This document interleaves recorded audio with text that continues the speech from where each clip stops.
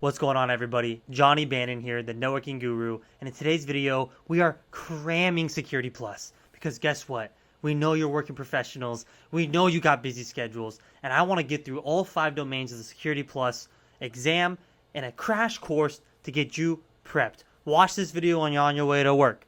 You're in the bathroom, maybe, I don't know, that's what you like to do, listen to Security Plus.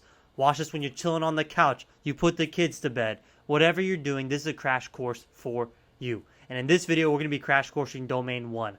I'm going to be going through all my domain 1 slides, and at the end of the video, we're going to have, I think, 50, 60 questions to go over for domain 1, and then stay tuned for domain 2. Now, let me get this intro. That's not what you're here for, not my intro. Let's go ahead and jump right into the Security Plus material. Okay, so we got our exam objectives up here. I'll show this in the beginning of the video, and then we're just going to, again, push on. So we're going through domain 1, general security concepts. So we got to get through domain 1.1, which is compare and contrast various types of security controls.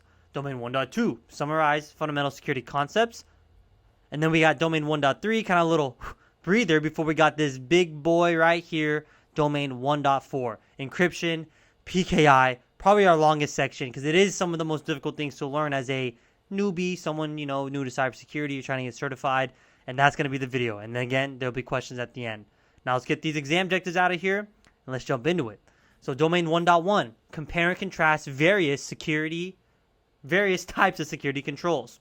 So here's our objectives. We're going to go over the major security control categories. So in an organization, right, we have technical, managerial, operational, and physical security controls that we need to be aware of and that we implement as cybersecurity professionals. Because remember, this is a cybersecurity course. This is to prepare you for your cybersecurity career, mostly in like blue teaming. Maybe you could go from hacking from here, but you are that SOC analyst, meaning you're sitting down, you're making sure your enterprise is compliant, you're doing log dives, you're looking at different controls, implementing compliance, looking at different RMFs and CFFs. I know you don't know those acronyms now, but you will. And these are security control major categories that all those things you may implement fall under. And then we have some sort of hierarchy there, where our managerial versus our operational. And then our technical and physical, that's like you're that cybersecurity engineer. You're not the SOC director yet. You're not a C-suite level. So we got to go through that kind of hierarchy and how things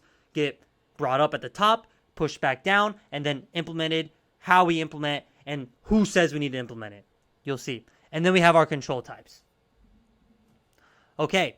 So compare and contrast security controls. So in the field of cybersecurity, implementing effective security controls is crucial for safeguarding an organization's assets and data. Security controls can be broadly categorized into 4 main types.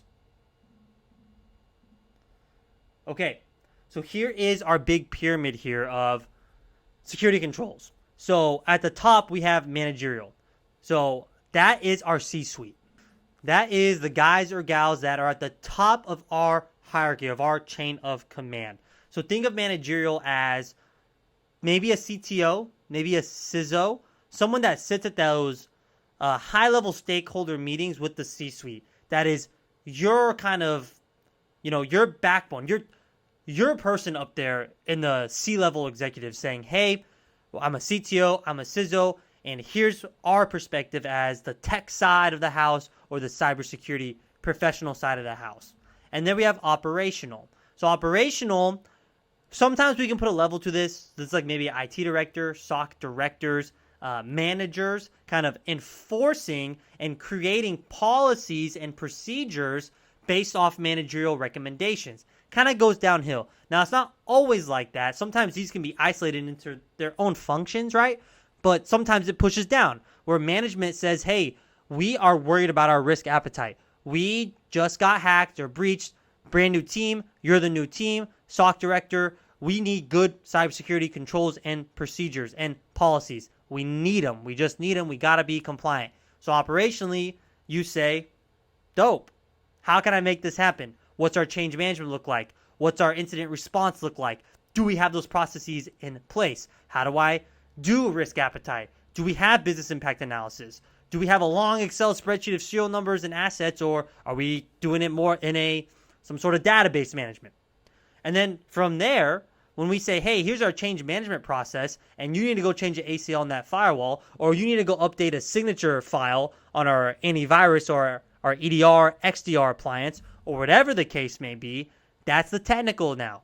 Pushing down. So technical level, what are we actually doing to prevent or detect security incidences? So that is things like an ACL on a firewall. That is things like making sure TLS is on 1.3. That is things like doing Wireshark captures. That is things like implementing the different defense in-depth controls that you have in an enterprise. Meaning from my host to my network to my cloud to my WAN, how am I hardening and protecting and having that onion layer of security? What's the actual technical controls? And then physical, same thing. Something that cybersecurity professionals sometimes skip because, we're technical. I'm on the keyboards. I'm not worried about CCTV, but it's important because guess what? Physical security, and in 701, they made this a point saying, no.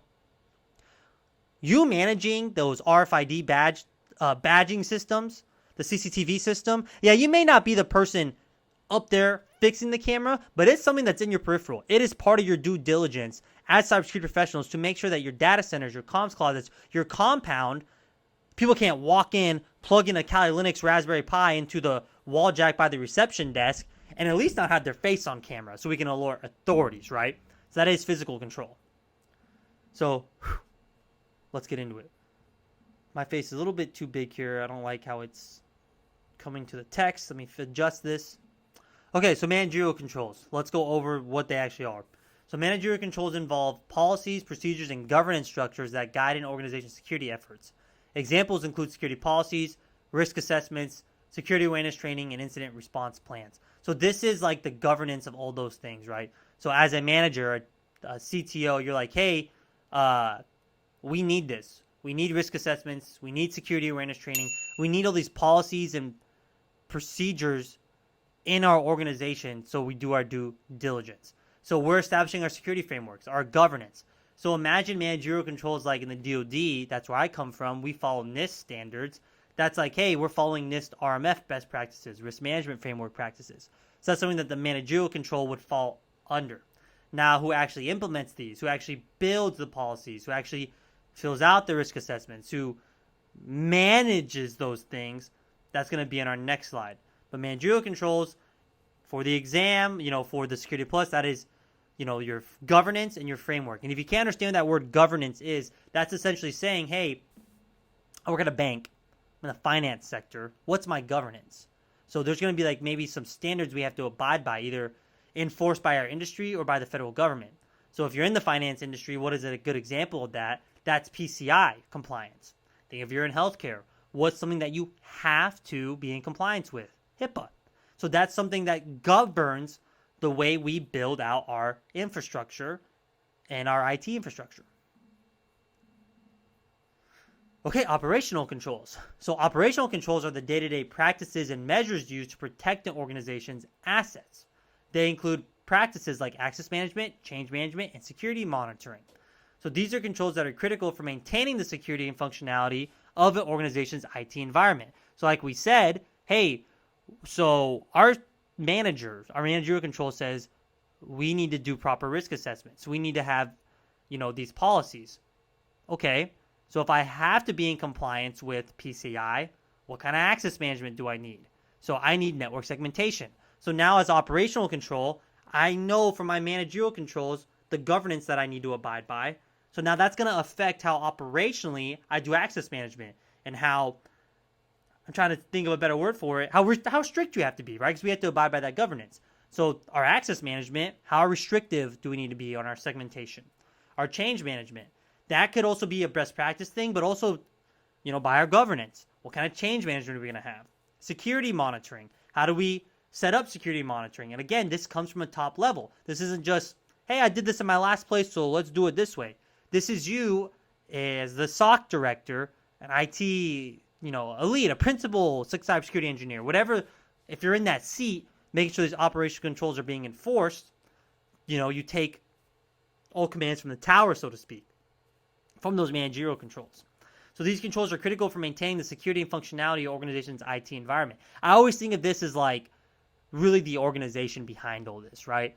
Operationally, I understand where I need to be in compliance with PCI. And this is like the bridge between what we need to, our governance we need to worry about, and how I make sure that my engineers down here are doing it correctly. And then they need my guidance at that operational level. Okay, technical controls. So technical controls focus on using technology to safeguard systems, networks, and data. A nice definition to say, hey, this is everything we do to actually protect. Now, this is where, the sausage is made, right? This is where you looked into the sausage factory, you see the guy standing at the tower, he's giving orders, he's that operational manual control, but it's those workers down there that are putting those sausages together. This is applying your ACLs. This is deploying a SIM or SIEM system to gather that big data, apply a large learning model against it, creating a baseline, and then when things deviate from that user baseline, we get alerts set up, we get different severity levels for those alerts. You're setting that up. That's your technical controls. We have our Nessus scanner or our security center, like our Tenable scanners.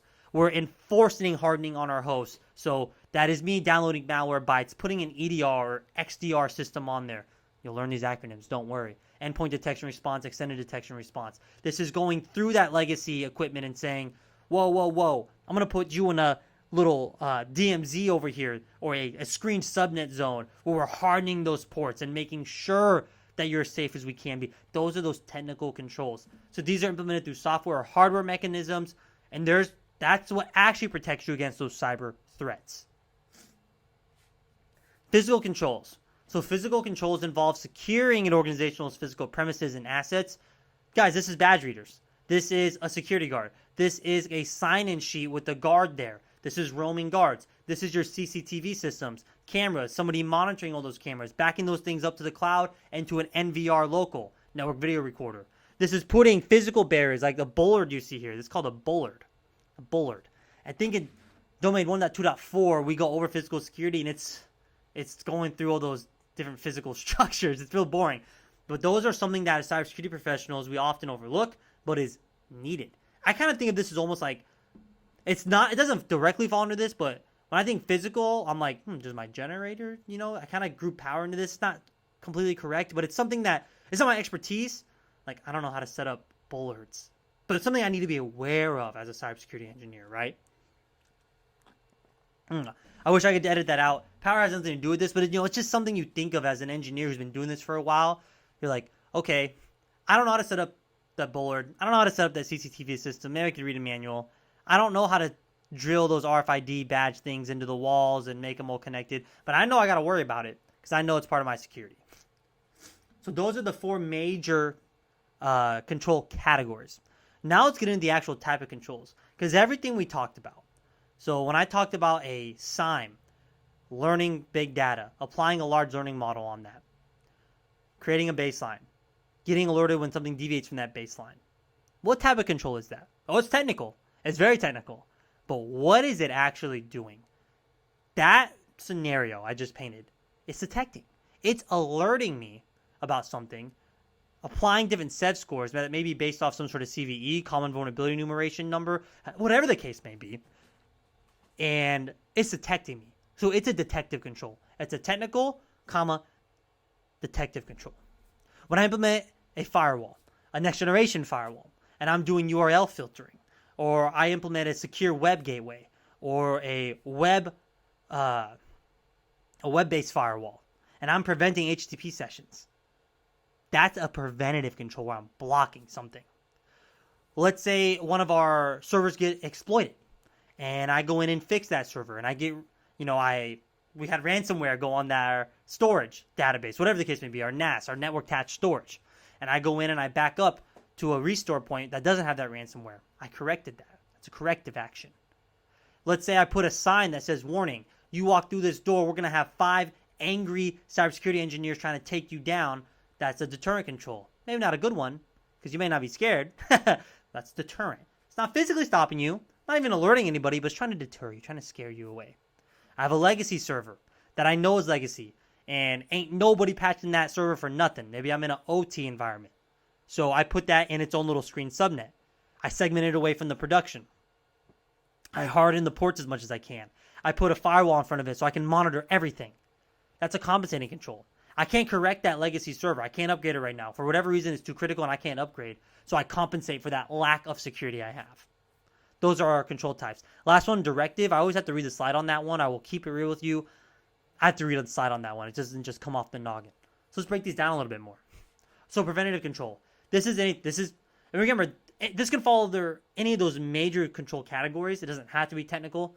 It doesn't have to be physical. It can be, either or. But preventative control stops something. It stops something in its track. It stops a cyber attack from happening. So whether that's what you see there, that fence with barbed wire that physically prevents somebody, it's that thumb scanner that physically stops you from entering the building if you don't pass that biometric scan, or it's that ACL I have right there that's denying all these TCP statements that are equal to all these insecure protocols like Telnet, like SMTP, like IRC. It's a botnet. It's botnets be coming across that thing. So those are anything preventative. A couple examples up here: firewalls, access control lists that are denying, intrusion prevention systems, which could just be, a dedicated appliance, but that's like a firewall if you think about it. Intrusion prevention systems. I see something trying to infiltrate, exploit, and I stop it. That's a preventative control. Okay, detective control, something I kind of already described here. Look, we have here a SIEM system, security information event management server, the biggest one being Splunk. Azure Sentinel is one, and there's some open source ones you can get practice with that I'll probably put in the description below, that if get some actual hard cybersecurity skills from this. But SIEM, that's a great detective control. That's ingesting all these logs, doing this log aggregation, which you index off of and create a dashboard. And again, integrate AI now. It's 2025. We're integrating some sort of large learning model to help us detect. And we're just sitting in our SOC like the Matrix, all these big monitors around us, Splunk dashboards everywhere. And we're looking at those, everything happening on our network, everything's being ingested into that SIEM server. So detective controls is anything that alerts you, that detects when something is happening. Okay. So some examples: IDS system. An IDS, again, an IDS system can describe a SIEM. It can describe a firewall. It could be its own appliance. It could be antivirus, anti-malware sitting on your computer that detects you into a central location, alerts a messaging system. I have IDS set up on my cloud systems if I reach past a certain budget. So maybe not intrusion detection necessarily, but it's a detective control, right? So anything that alerts you, a log analysis tool that is looking at logs, not preventing anything, but it's looking at them, detective control. Okay, corrective controls. So like I just described, a corrective control is, imagine we're doing our backups like we should. So Sunday we do a full backup, and then we do our incremental backups or our differential backups, whatever your choice is. And we'll describe those later on in Security Plus. And all of a sudden, boom, you got ransomware. Ooh, we're hit with vulnerabilities, right? So I back up to that full backup I did that didn't have that ransomware, and it's fixed. That's corrective control. Or hell, we got vulnerabilities. Vendor comes out with a patch, we patch it up, we fix that little boo-boo there, and now it's fixed. That patch was a corrective control. That was a corrective control, right? Fixing whatever was broke. Something that will remediate and will fix, okay? That's a corrective control. This is our incident response plans, right? That's part of the cycle of incident response. Eradication, which gets rid of the malware and then putting it back online. System restores from backups, and patch management. Those are all examples of corrective control. Okay, compensating control. Another thing I described is, that legacy server. So that legacy server, maybe we're in an OT environment. When I say OT, think of like factories. Think about a dam, that's running on an old Windows server 2003, or I don't know, some Unix-based server back in the 90s that has a critical function that if it stops, your dam is messed up and disaster, right? The power company's losing all this money, energy bills increase, whatever the case may be. So you're like, hey, we get it. That server's mad vulnerable. I mean, it's transmitting on Telnet. But if I take that server down, bad things will happen. So what options do we have? We can't correct that legacy server for whatever the case may be. Maybe our stakeholder said, I don't care how about you, cyber. You're not taking down my profit. So we compensate. We do the best we can, what we can work with, and we compensate for that by hardening, putting a host-based firewall in there, putting in its own segment, whatever that case may be. It could be an air gap, a straight-up air gap away from the internet. And we're like, fine, we don't need to update, but this don't need to be on the internet at all. We're air gapping this system. You're not having a jump box remote in. You better sit butt in seat to troubleshoot this server, IT guy, right? So that's a compensating control. Anything that won't fix it, where standard controls can't happen, standard fixed actions can't happen, so we compensate. Okay, deterrent controls. This one's easy. This is just anything that tries to scare someone, really. It's warning signs, it's legal notices, it's security cameras. Because, again, that camera doesn't stop me from going down to the Circle K and taking a Gatorade and walking out the door. Because there's cameras, right? It might deter me. I might be scared that I'm going to get arrested by the police.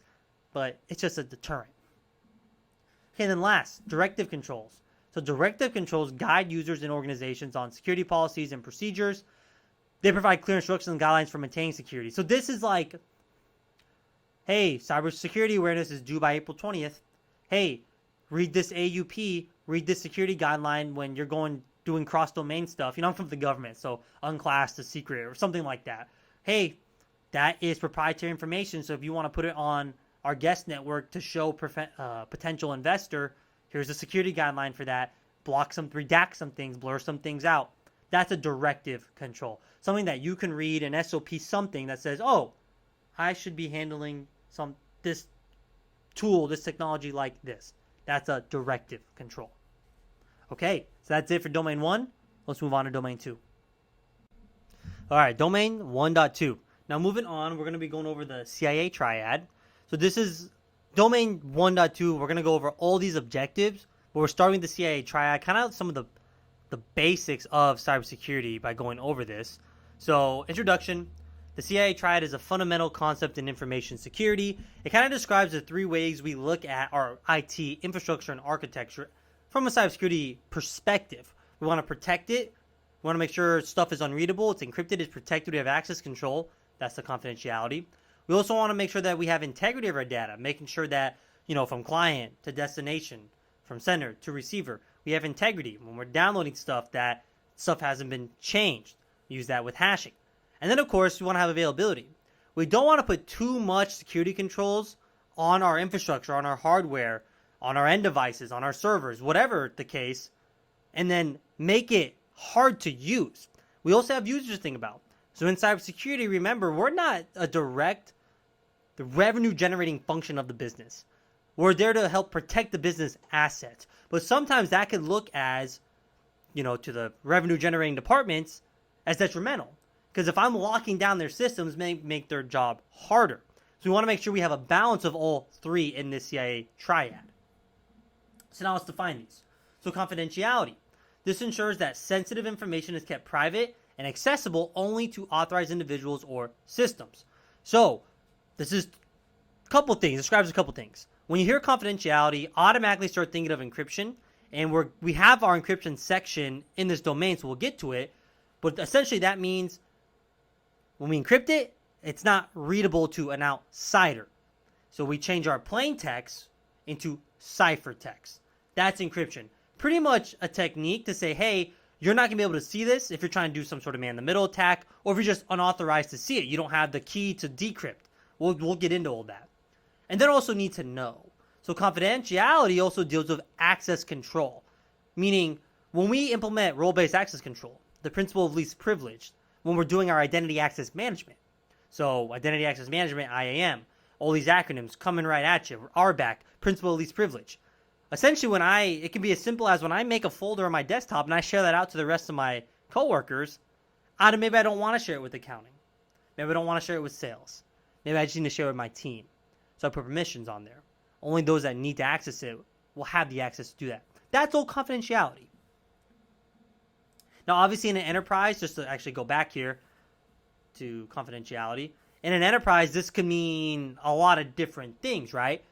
If we have Active Directory on our domain services, if we're using Microsoft Intune or Enter ID to manage cloud-based identities, confidentiality, access control, can be implemented at all those different identity providers, right? And then again, when we implement VPNs or full disk encryption, that's also confidentiality. So all things that we need to be aware of, we may engineer as cybersecurity engineers. Now, integrity.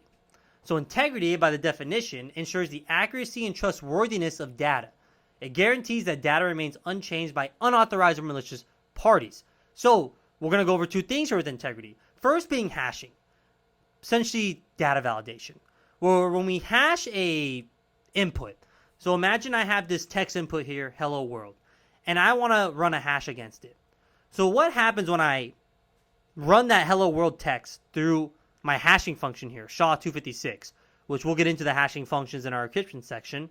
I'm going to create a digest. Now, I'm not turning this hello world into this, digest. It's still hello world. The input remains unchanged. This is not encryption where I'm going plain text to ciphertext. I'm creating a digest that's correlated to this input. That's correlated to that input. So this digest here pretty much can say equals this hello world. As in, hey, this hello world, when I run it through this hashing algorithm, I should get this digest. Now imagine we send this hello world, and somewhere in between here, we have someone doing a man-in-the-middle attack. Okay? And we already have our digest. So someone does a man-in-the-middle attack and changes that hello world into this. I'm going to write this with my pen here. Changes it into hello world like that. That's a 0 instead of the O. And then it goes to this workstation. And I'm like, okay, before I accept this data, let me run this hashing algorithm against it. And this time I produce a digest. I'm not going to rewrite this. That is 2D.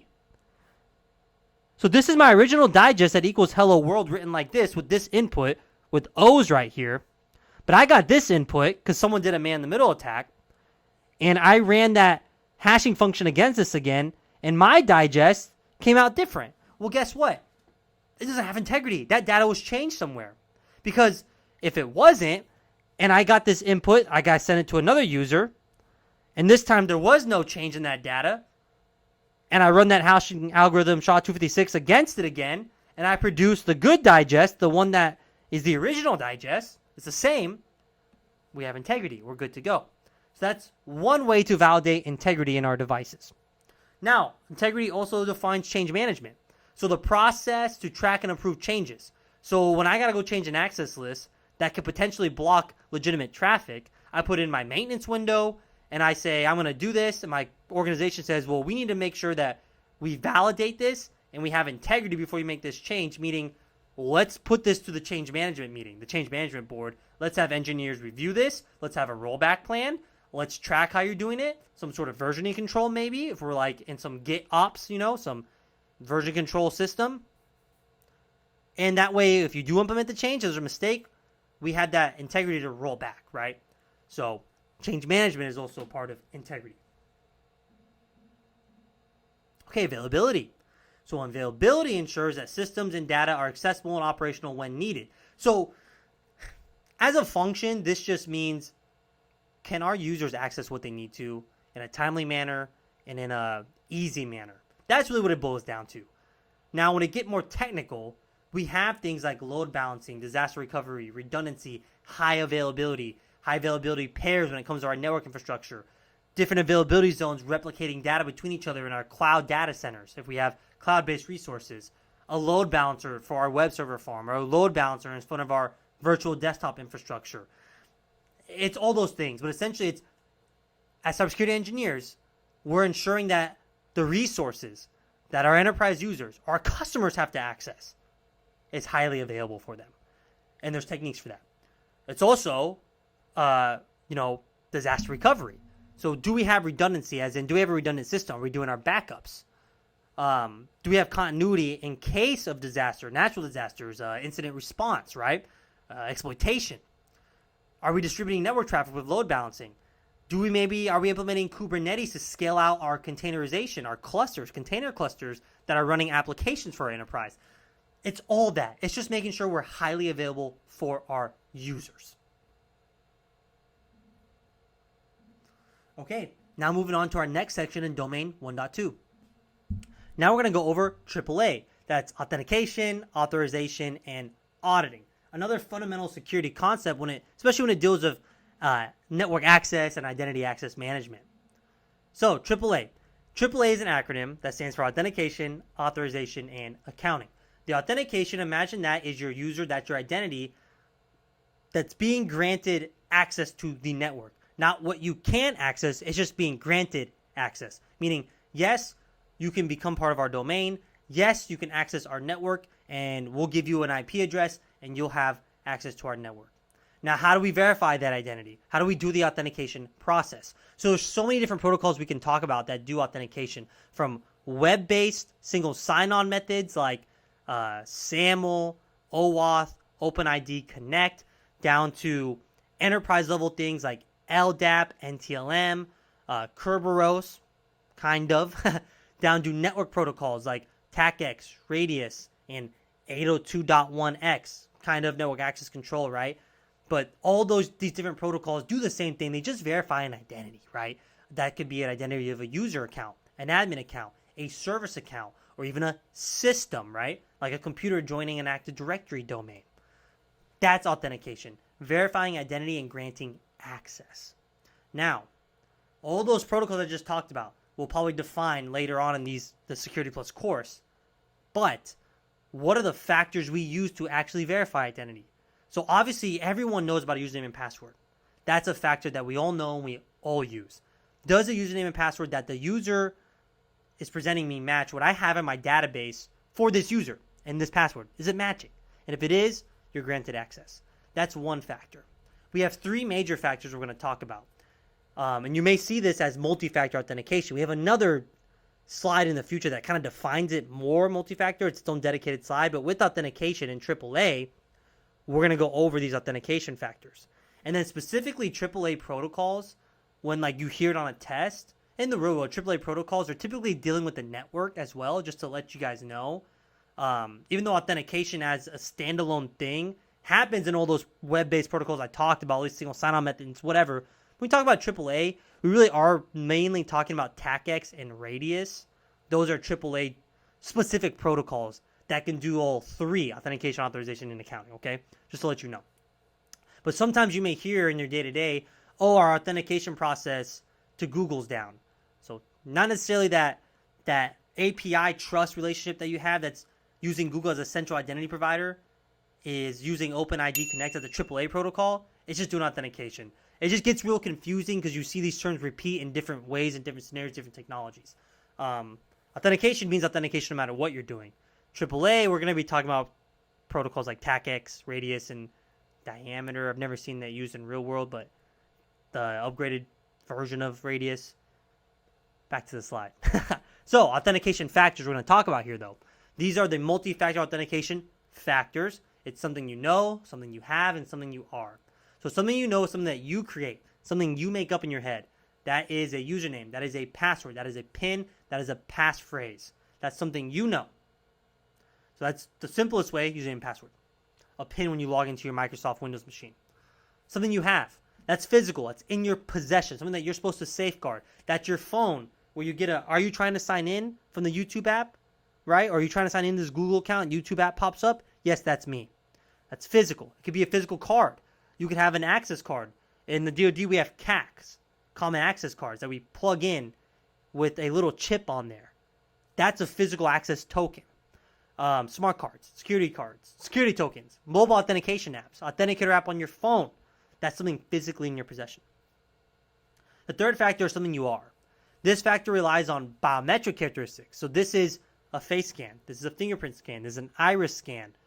Anything that's your biology, a characteristic unique to that individual's biology, that can be also used as another factor. So when you combine any three of these, whether it's something you know and something you are, doesn't matter what combination, we call that two-factor or multi-factor authentication, okay? Authorization. So authorization is the process of determining what a user or what identity we authenticated. User, service account, admin account, device. Now, what can you access? This is your permissions. Authorization is your permissions. You think about it in a network perspective, where I'm logging into a network switch, and we have AAA. So I log in with credentials that are on my Active Directory server. So we did an LDAP sync between my Active Directory domain services and my AAA server. So I get permissions set on that. So when I first connected that switch and I present my username and password, it authenticates me. And then the next step after that is authorization. Well, I'm glad that you are who you say you are. You have access to this network. But what do you have access to? This gets into authorization. This gets into our access control. This gets into the principle of least privilege. what permissions are set on your user account. So access control modes. We have discretionary access control, mandatory access control, and role-based access control. Discretionary access control, this is whoever created a resource.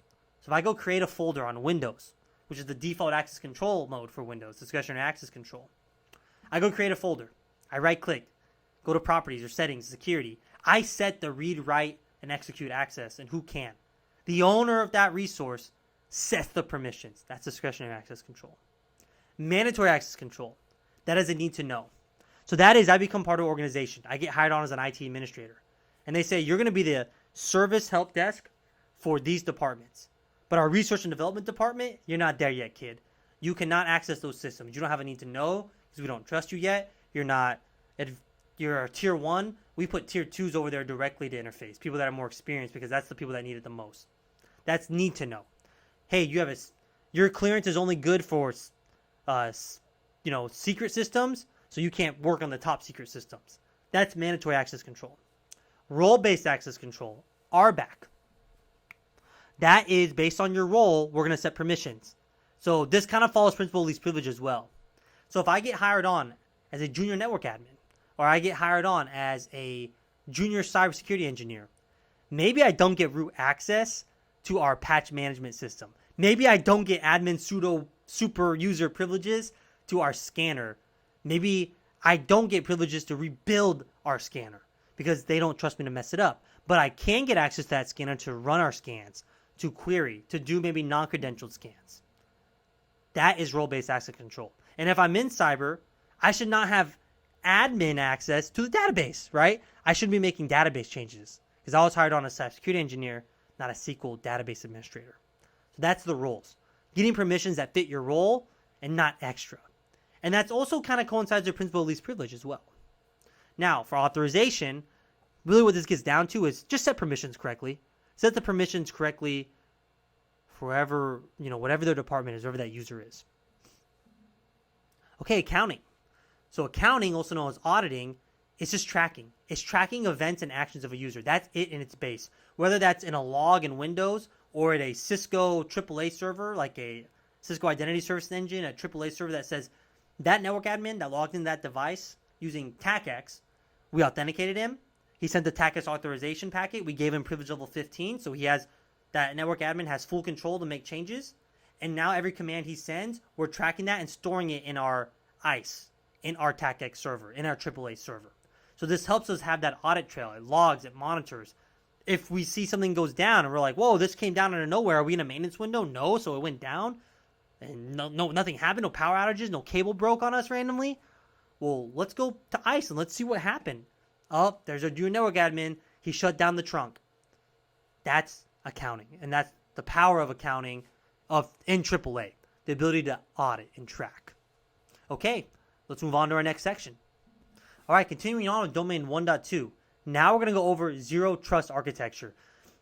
And now my original zero trust architecture video in my Security Plus playlist, I think I made a close to an hour video on this, which I would love to do again. I love talking about zero trust and kind of demystifying it. It's a framework. It's a way to do security, not an appliance that I'm trying to sell you as a cybersecurity vendor. But we're going to keep it simple here. We're going to go over the things you need to pass the Security Plus exam. So let's jump into it. Let's go over some zero trust architecture.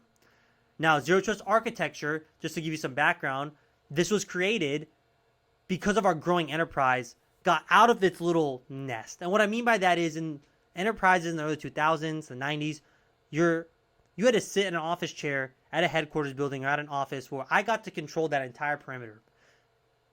And that firewall was the only demarcation point. Yes, you did some end-to-end sessions to websites, had to worry about you downloading malware. But as far as any breaches, it was all right there at my router or my firewall.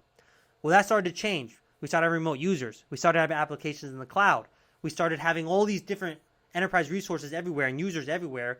And there was no border. There was no set perimeter anymore in our security architecture.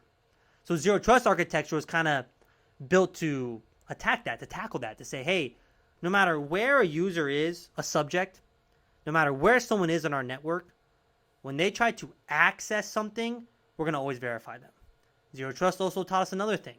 It said, as a cybersecurity infrastructure, we should always assume breach. always monitor, log, and come onto your network assuming that you've been breached, and that will force you to be proactive in your measures and your security posture. Okay? And then another guiding principle is zero trust principle of least privilege.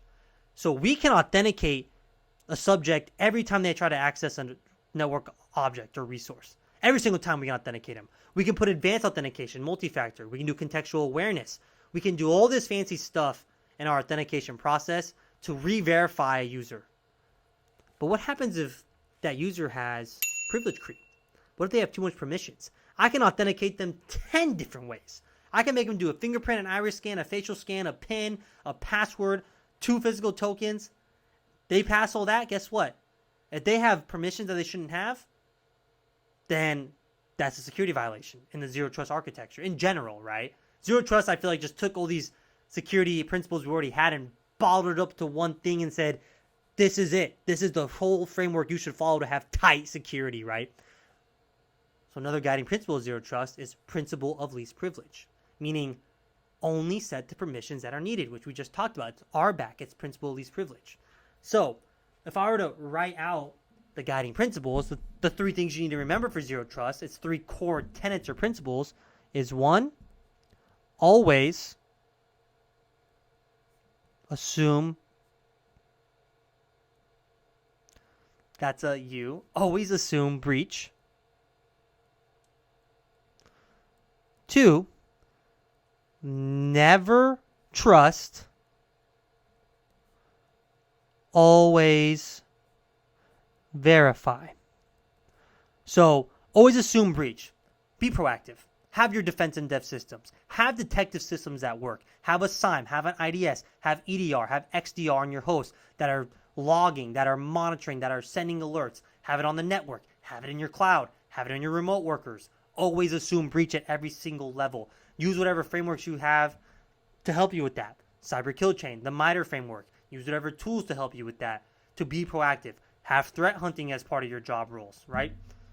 That is always assume breach. The second tenet, this never trust, always verify. What does that mean? Continuous authentication. So when a subject, so let me draw this out again. So when a subject, and this could be a device, right? This could be a device. It could be a user on this device, needs to access a network resource. Always re-verify them. Even if, guess what? The next day they come in and they have to access that resource again, guess what you're going to do? You're going to verify them. So this, never trust, always verify. MFA. Contextual awareness. What I mean by contextual awareness, something that the banks have been doing for a long time. My face cut that off. Contextual, I wrote there. If you see someone trying to log in from Brazil at 9 a.m. East Coast time, and they usually log in from Boston at 9 a.m. East Coast time, maybe we enforce a second factor. Maybe we enforce a third factor, contextual awareness. When you travel to Europe and you don't tell your bank and you try to make $1,000 charge at that resort, buying beer for everybody, what's the bank going to do? They're blocking it because the context. They're like, whoa, this is out of the norm. That is never trust, always verify. Always verify. The third tenet, I'm just going to write this, POLP, principle of least privilege. We've talked about this over and over in this crash course. Set the permissions appropriately. Do not give more than needs to. Okay? Principle of least privilege. Now, you see these benefits here. Your security posture is really good if you follow these core tenets as best you can while also leaving your enterprise available, right? You have good visibility. You have a good security posture. You have that defense in depth approach to protection. With this comes compliance as well, right? Because if you're always assuming breach, that wouldn't be in compliance. So you're always in compliance as well. It kind of forces you to be in the adaptability, because if you're always doing this, saying, I will always verify no matter what, it don't matter if this user's connected to their home Wi-Fi, to the Starbucks Wi-Fi, if they're in the office connected directly to a switch, you're doing that verification no matter where they are and no matter what they're trying to access. If they're trying to access our SaaS applications here, or they're trying to access an on-prem resource, it don't matter. We're always verifying. We have the tools to do this.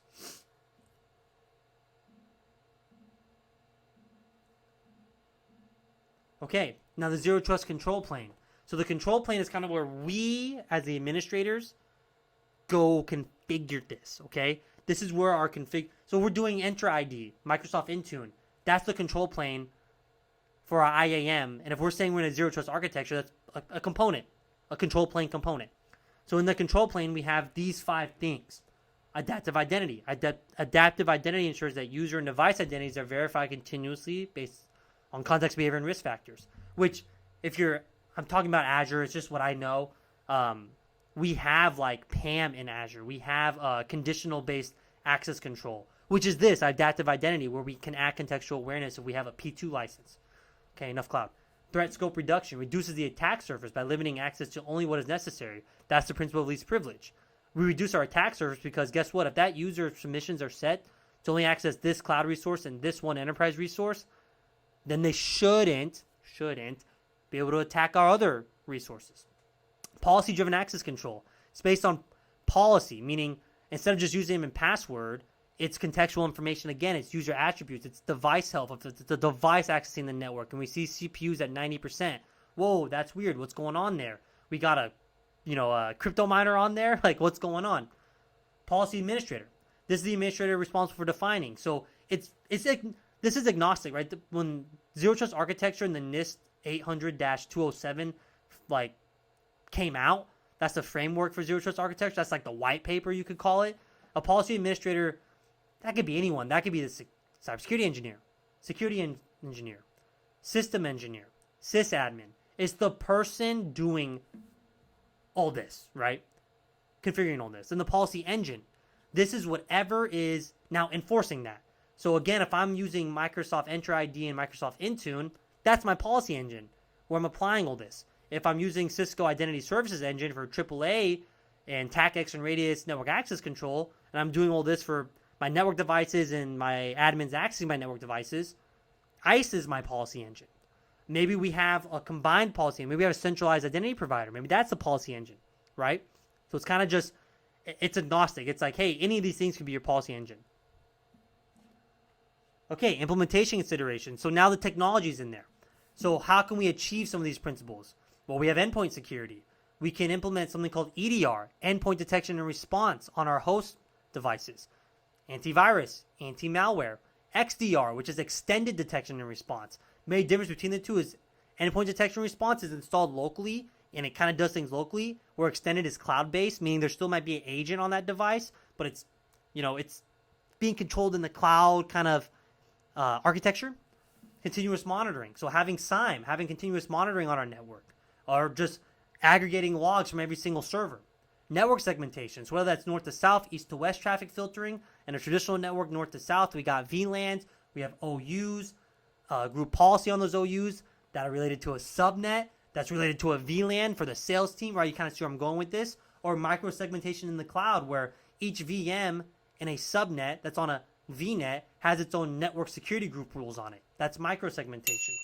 And then of course we have the soft skills here, the human element, user education.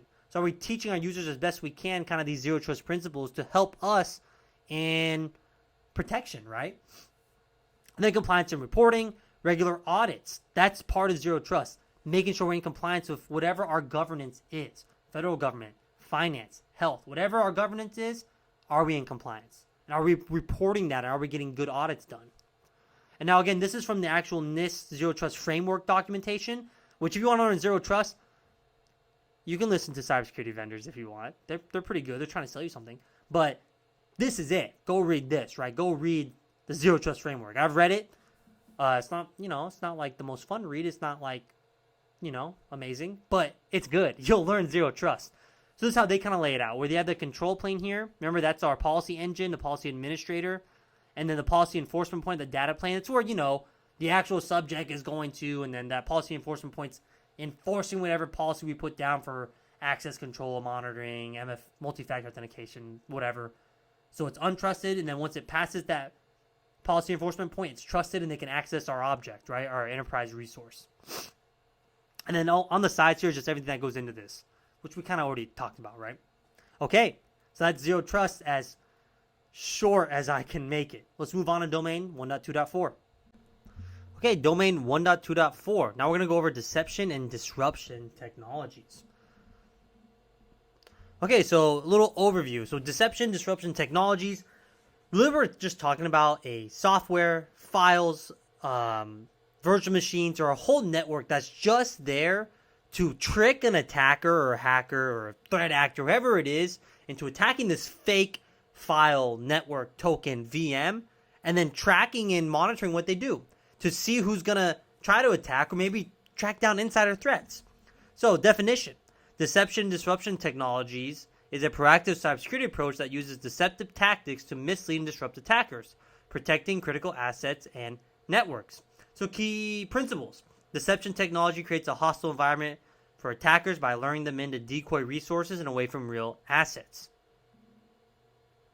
So, now let's go over the actual technologies. So these all pretty much do the same thing, just at different scales and different levels. So a honeynet.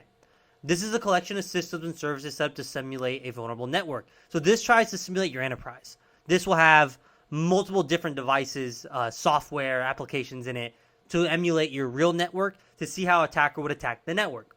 A honeypot, same goal, but it's just a single system. This is a vulnerable web server, a VM you put on the cloud and open it up completely.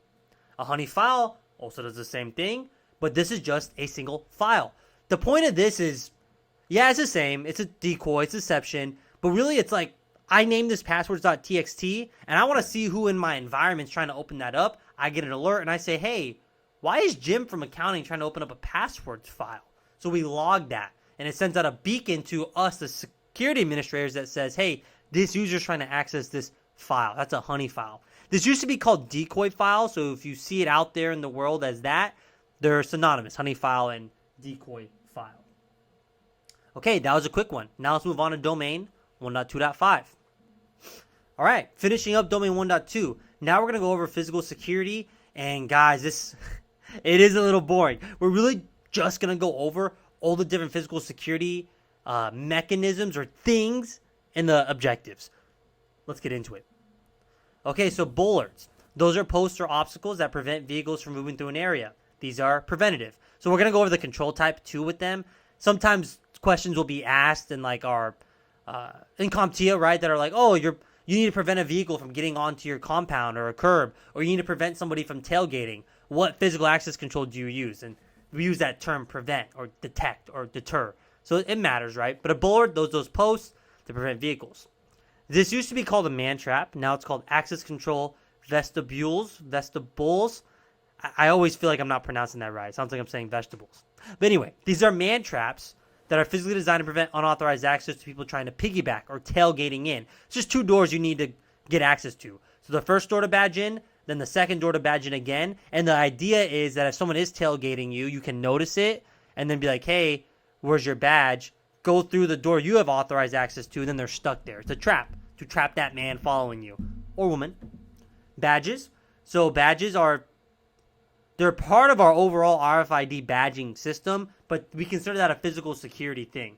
So badges are preventative and detective, because let's say we notice something was missing from an area and we check who badged in, we can go and interview all those people. So it also detective for us, but also prevents people from getting access to secure areas. Alarms. So alarms are a physical security control that will alert a guard or remote system that someone or something has been seen or set off by motion. This is a detective and deterrent control. Signage. So signage is what the term is, but it's just signs that say stop, keep out, warning, secure area. And this is just a deterrent control, because this literally does nothing but let somebody know they may be entering a place they don't have access to. And then, of course, cameras. It's part of CCTV, but cameras is on its own a physical security control. This is a detective and deterrent control. And also, I need to change that. It's not preventative. It's just a detective and deterrent control. I'm going to pause the video. Okay, we're back. So CCTV. CCTV is all those cameras on its own air-gapped system that is monitored by somebody, or it's recorded and stored in the cloud or your local NVR. So look here how we consider this preventative. Now, why would CCTV be preventative but not cameras? And the reason I think CompTIA kind of writes it like this, when I was, these slides, I read the book and whatever other resources to help me generate these slides. And with CCTV, that kind of, when you put it together, usually there's somebody watching it. So if somebody's watching it and notices someone trying to gain access to an authorized area, that guard can go physically stop them. So it can be preventative because they should be constantly monitored. Industrial camouflage. So these are buildings that are trying to hide in plain sight, but they're like a skiff or a secure area. So sometimes we have hidden offices that you don't even know about in some industries. There's a preventative control. Personnel, and then, guards. Guards are pretty much all in one. They're preventative, they're detective, they're deterrent control. So this is actually like just humans, roaming guards in your compound. Locks. So locks are a physical control. Like, you've probably seen before. Like if you went to school, there's computer locks that literally stop you from taking things. Cable locks. They're preventative and deterrent control. Because some locks you probably could, if you really wanted to, like cut them, but they may be alarmed as well, so it could deter you from that. Lighting. So this is a detective and deterrent control, so it can detect someone in a dark space where they're trying to hide, and you're like, hey, I see you now. But really, you see this in like storage units, right? Deterrent control. When a bright light goes on someone sneaking around, it may scare them, like, oh, I'm being watched, right? Fencing. This is a deterrent control. Now, I've taught this for a while, Security Plus, fencing, deterrent, but I don't see why some fences can't be preventative, because you can't scale a 20-foot wall that's slick and barbed wire at the top. Maybe you can, like you're some sort of superhuman, right? But I can deterrent control, and I think it also can be preventative. Now, obviously, like I said, generating these slides, I kind of go based off what I read in the CompTIA official reading, so that's why I put it. But I also believe they could be preventative. And then fire suppression, not really a preventative, detect, deterrent control, but part of our environmental controls that we have to be aware of, and it's something physical. So making sure we have the correct fire suppression. So in data centers, we're not going to have, sprinkler systems. We're going to have Class C capabilities for fire, which is like electrical fires. Sensors, then we have sensors that are part of other systems. It could be part of environmental controls to detect moisture. It could be part of your RFID systems, proximity sensors, and these are detective control. Okay, last slide, going over this fun physical security stuff. Visitor logs. So this is detective control to see who's coming in and out of an area. A Faraday cage. For some reason, if we have a device that we want to prevent any wireless signals from getting to, we can use a Faraday cage to prevent that. It prevents all EMI from exiting or entering a Faraday cage. And then an air gap. They consider it's a physical security control, because really what air gap system is saying is physically, like my CCTV has no physical connection anywhere. Not a logical firewall zone. No physical connection anywhere to like my enterprise. So air gap, right? Physically they're not connected, so physical control. Okay. Now let's move on. We're going to go on to domain 1.3 now. So domain 1.3. This is going to be explain the importance of change management processes and the impact to security. So we're going to go over the business processes in this section. So this is my first slide deck in domain 1.3. So what we're going over now is just kind of like what I like to call the boring part of cybersecurity, right? The processes, the operations, and things like that in cybersecurity. So we're going to go over the business processes, and we're going to define these terms, we're going to define these terms, okay? So introduction to business process in security. So business processes are integral to the effective management of security operations. So how do we do change management? How are we enforcing compliance? What's our workflows? Who's doing the due diligence? Are we doing due diligence? Who has ownership on our IT systems? Do we have stakeholder involvement? Are we doing good financial operations? How do we tracking that we're effective and efficient? How do we check if we're in compliance? Are we doing audits? What's our process to do these audits? How are we doing risk assessments? Do we have a business impact analysis? Do we have an asset inventory? So all these different processes in security that can affect the business, right? And kind of more like our soft skills, our process, our operation skills of cybersecurity. Yes, cybersecurity is not always, right, just configuring that firewall or those preventative technical controls. So approval process. The approval process is a critical step in ensuring that any changes or implementations in security operations are thoroughly vetted. So part of change management, right? Who's approving? And do we have the right people approving? And do we have a streamlined process? Are we not getting our wires crossed? Like, oh, this requires a maintenance window and this doesn't. And maybe we need someone in that approval process that's technical and a manager that says, whoa, whoa, whoa, no, put in a maintenance window for that change, right? Because it could affect the second and third order of things, right? So with the approval process, we need like some sort of proposal submission, a risk assessment, an impact analysis done, and then go through a chain of necessary approvals, kind of like have almost a chain of custody, right? Like, well, you approved it at this step and it went to the next level when you shouldn't have because you didn't make them put a good rollback plan in. And it's good just for our documentation, right? An approval process. So an example, before implementing a new firewall configuration, the IT team submits a proposal to the security committee. And, this looks a little bit different in every enterprise, but it's always just some key players that review things. Understanding ownership. So ownership in security refers to the assignment of responsibility for specific assets or processes. So it's like, hey, we have 4 cybersecurity engineers. One is doing threat hunting. One is doing our compliance and our scans. And we have ownership. One is making sure that our keys are secure, whatever the case may be, defining the roles, right? Defining roles within and the roles will be defined in things like our security policies, when we're ensuring compliance, when we're looking at our governance. So for instance, the owner of a data server is responsible for its security, including access controls, data encryption, and regular audits. Maybe they're not the person applying it, but they're the person going to that sysadmin saying, we need to enforce BitLocker. Stakeholders. So a stakeholder, when I first was learning this, I always thought stakeholders was this is the C-suite, right? Our chief officer, chief finance, chief operations, but it's not. Stakeholders is really anyone that has a vested interest in the company succeeding. So as cybersecurity engineers, we need to look at all of our stakeholders and see how our actions affect them in whatever department or whatever functional area they're in our organization or our business. So stakeholders are individuals or groups with a vested interest in the organization's security posture. This is really everyone, right? It should be everyone. Whether you're in accounting, sales, or marketing, you should care at some level about the security of your organization's data, because that, you breached maybe prevent you from doing your job. Okay, conducting impact analysis. So what is impact analysis? So impact analysis involves assessing the potential consequences of a security breach or change in security policies. So it helps us understand the ripple effect. So yeah, you may be upgrading that firewall, but what's hanging off it? Maybe you're upgrading that switch, but what's hanging off it? If it goes bad, then these customers, these users are down, and they can't do this function that maybe generates profit for the business. So it's more than just, upgrade the switch, right? So making that impact analysis can help in the decision-making process of whether or not we do a maintenance window, what time we do the maintenance window, and when we do this upgrade. So it can affect it. Incorporating test results in security operations. So testing, a fundamental part of maintaining robust security measures, is maybe we have a sandbox. Maybe we have somewhere where we go do our test of a change we want to make. Maybe we test our policies before we implement them.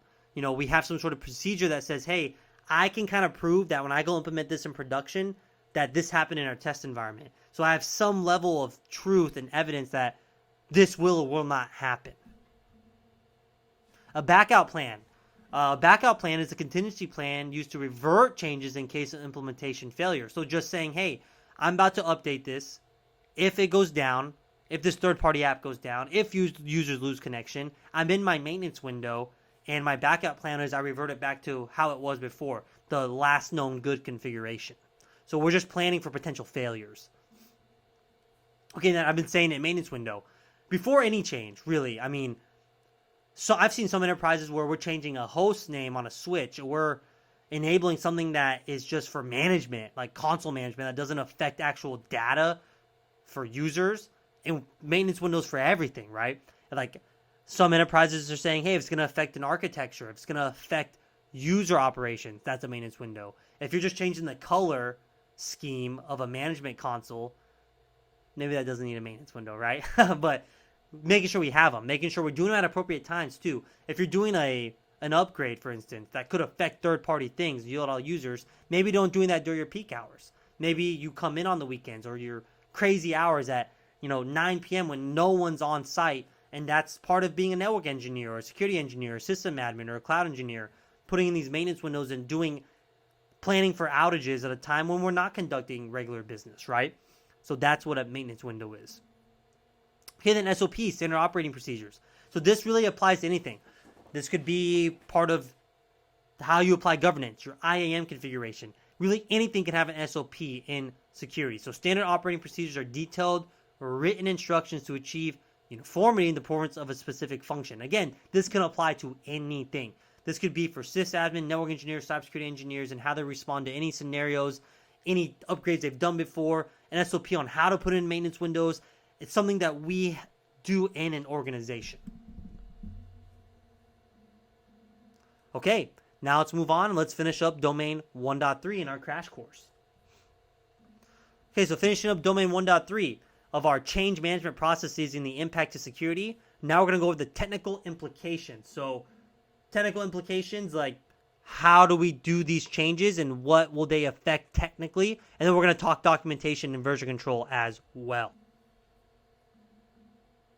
Okay, so understanding technical implications in security. So in cybersecurity, every action and policy can have a range of technical implications, meaning, hey, we have a new policy where we need to upgrade to 4096-bit key length and SSH. So what's the technical implications of that? Maybe we have old switches that can't handle that, right? The policy change happens, and now, okay, what's our second, third order effects to achieve that? It's kind of like that. It's kind of like those security control categories, right? Operational controls affect how we technically achieve those. So in this section, we'll delve into key aspects like allow lists, deny lists, restricted activities, downtime, and just understand the technical implications of these security policies and changes. So navigating allow and deny lists. So what are they? So allow lists, sometimes known as a whitelist, or a deny list known as blacklist. This is how we control access to resources. This could be referring to like an ACL on a firewall. This could be referring to what a user can install on their host device. So an allow list has what's called an implicit deny at the top. So an allow list is pretty much saying, or a whitelist is saying, we have to individually put in software that you can install. It's not a free-for-all with deny statements. It's actually deny, and if you want to add something, add something, add something. And we have to approve that software as a security team. So tighter security, more restrictive. I want to install something new, I got to add it to the allow list, which means it might have to get vetted, and there may be a big process and red tape to it. Now, a deny list or blacklist is the opposite. A deny list or blacklist has like an implicit allow, and then you have to put in deny statements for anything that you deem malicious. So it's, hey, free for all, but I need to go in there and say, but besides this, no crypto mining, none of this malware, malicious stuff. So still a way to have security, but it's not as tight as control as an allow list or whitelist would be. Okay, impacts of restricted activities. So restricting certain activities is crucial for maintaining security, but can impede operational efficiency. I think the CIA triad. So if we limit software installations, if we limit access to certain websites, like if we don't let our users on Reddit because we're scared there may be something embedded, malicious code embedded in there, well, that may affect how we troubleshoot. Maybe there's forums that we want access to, but we can't because, our policy says we can't access those websites. So when we restrict certain activities, it could affect the efficiency of us. It's kind of like CIA triad, confidentiality versus availability. We tighten control. As we tighten controls, availability goes down. As availability goes up, we let a cowboy and stuff, let anything happen, our risk goes up. So, it's like a teeter-totter. More availability, the less confidentiality we have, less security we have. So that's the impacts of restricted activities on our enterprise. Downtime. So whether it's planned or not, there may be downtime. Like if we have a security exploit and we have to go through our incident response plan and we account and we're signed off by the CEO that our incident response may take 6 to 8 hours, guess what? We need downtime. If we have to upgrade a server, it's critical vulnerability that we will get breached. Sorry guys, the server has to come down. So it's a necessary evil in security. So downtime, which we may need, could disrupt business operations. Restarting services. So I just had to do this. I had to install Wireshark on a management laptop that others were using, and I couldn't use Wireshark until it rebooted. So I had to message them and say, hey, are you guys doing anything critical? I just need to reboot this machine. And I didn't want to put in a maintenance window because it takes 2 weeks to approve, right? So the role of service restarts. Maybe we need to restart services and we apply a patch and we didn't read the knowledge base correctly. And we're like, now I have to reboot. So we have to understand that sometimes there's service restarts when we apply these fixes or these patches or do these installs that may temporarily disrupt availability. Application restart. Same thing. It's just that maybe we update a vulnerable library in an application, a web application, and now we got to restart that app that maybe people are using at the time. So again, do we need to put in a maintenance window? Do we need to put out a message? Legacy. So just legacy applications and security. So when we have legacy devices, there's challenges there if we can't replace, we can't upgrade. Maybe we need to put in compensating controls. And then the maintenance of them, we could incur technical debt because it could be on such a legacy technology that maybe no one even remembers how to use it anymore. And the forms are out of date. And no one's really updating these forms online that we use to troubleshoot because it's so legacy. You see this a lot in OT environments. Remember operational technologies? That's like factories, dams, just things like that. So there's challenges there in our compensating controls, our troubleshooting. And if it gets to a point where we need to upgrade it, but it will bring us down and we lose profit, that's an uphill battle to try to convince somebody that we need to upgrade this server. We may down a couple days, and maybe it's a critical business function. That's a hard thing to sell. Dependencies. So understanding that, hey, maybe I'm upgrading something offline, and maybe I'm implementing a local group policy that affects a dependency of this third-party app that's critical for our users. And now all of a sudden, since I'm hardening so much and I'm killing these dependencies I may deem malicious, but they really may not be, maybe a false flag, we need to be aware of that. That sometimes our hardening may affect libraries and dependencies, but since we don't see it affects the third-party app directly, we're like, oh, it's fine. It won't affect this software. It's not on their forums, their knowledge base I read. When I use this local group policy to harden, there's nothing in here I see that affects third-party software, but it could affect things in the background that we notice, like dependencies. Okay, documentation. So really, like, it says the importance of documentation and security, but documentation is important, like, period, right? And really in anything. But we'll go the importance in security. So documentation's how we effectively do security management, how we have historics, how we do something. It's our policies. It's network diagrams. It's system diagrams. It's how we do our incident response. It's how we do our SOPs. It's how we onboard properly. So documentation is very important. Documenting our version control, whether that be in GitHub or some sort of, source control management system. So documentation is very important. So keeping diagrams current. Understanding our network flow is very important. You wonder how many times I troubleshoot and I go to a whiteboard and say, we need to look at every hop along the way to see what could be in our path that could be affecting things. Whether that's a security vulnerability, looking at where it could be blocked in an ACL and we have to fix it. And the impact of outdated diagrams is it can lead you down a troubleshooting hole that, takes days and leads you with technical debt. So we have to make sure that we're keeping diagrams current and updating them and how to update them effectively. It really should be a collaborative thing. It should be using standard symbols. We should be using the most accurate things possible. And when we're doing a major upgrade or change to architecture, have time in there to do it. Don't be an engineer that make the change, it's up, and then let's move on. Work into there the documentation afterwards, updating diagrams, putting in maybe not a full white paper, but what this change did and what it fixed and how it affected, right? How it integrated into our architecture. Okay, maintaining current policies and procedures. So security policies and procedures must evolve with changing threats, technologies, and regulatory requirements. We must review them. If we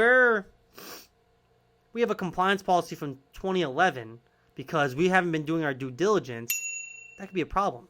We need to make sure that we're maintaining however we get access to our current compliance. If we're in the finance industry, if that's subscribing to a PCI, whatever the case may be, looking at CISA, making sure we have the most up-to-date list of CVEs, of NIST frameworks, of NIST policies working in the government. We need to make sure we're keeping track of that and we're updating our internal policies to match our governance, okay? So this also involves stakeholders, right? So we could also just be doing periodic reviews internally saying, hey, have you made any major changes in this past quarter that we need to know about that maybe you just forgot? Because as cybersecurity, remember, we have to work with other departments a lot of the time. Okay, version control. And then this is just important. Really, any software, anything that takes major or minor or patches, we need historical records of that change. Doesn't matter if it's our network, if it's a software application, if it's a web application, if it's an operating system, we're upgrading from 22 Hotel 2 to 23 Hotel 2, Windows. We need to know version control and keeping track of that version control. So best practices. Use version control systems or software for tracking changes. Maintain a change log for each document, noting the nature of the change, date, and author. Ensure accessibility of current and previous versions to authorized personnel only. So version control, very important in our modern day. You can see this is my MacBook version control. This slide's like a year old, so it's not what I currently have. But you can see the major is 13, the minor is 6, and then the patch release is .2. So that's the common standard of version control. So I'll write that out real quick before we move on. So version control, that first number would be like major, a major revision, update, and then minor, and then patch. Remember, these are like numbers too, right? This is like a number. It could be a name too. It could be a name, number. And then sometimes we have beta there too if it's a beta release, okay? But that is our standard version control. All right. I'll see you in domain 1.4.